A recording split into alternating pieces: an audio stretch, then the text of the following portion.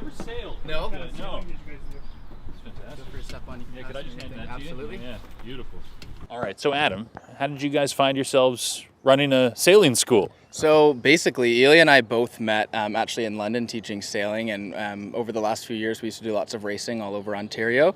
And then once we kind of got out of the smaller dinghy sailing, we purchased a few different keel boats, and we've been doing lots of cruising up in the North Channel, so north of Killarney and all through the North Channel area.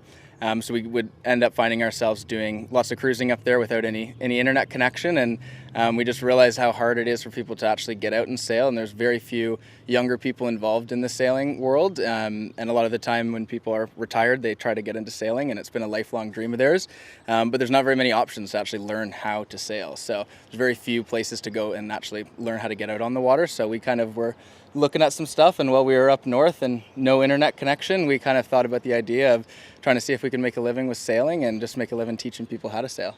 So why is this something you wanted to do, Illia?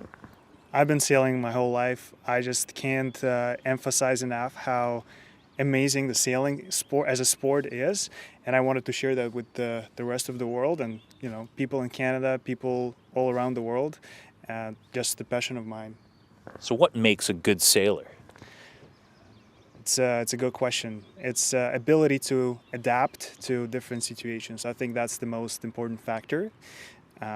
There's a lot of thinking, strategy involved. There's a lot of technical elements. There's a physical element to it as well. So all of those together, but the most important would be the ability to adapt, because sailing, when you're sailing, everything's changing. The weather, the wind, right? Clouds, everything's moving, and you have to adapt to sail well.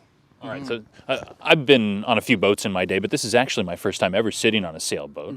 So when you have a first timer, a brand new person, what's the first thing you tell them about sailing? Well, I think some of the big things that we go through. So in our first class with our beginner sailor course, basically what we're going to do is we're going to kind of just go through the boat, explain some of the parts of a boat. There's a lot of things that are different on a sailboat than there would be on a powerboat that a lot of people are used to. So for example, things like this. So this is the boom. That's the mast, the long tall pole at the top there. And then this is our tiller. So this is actually how we steer the boat.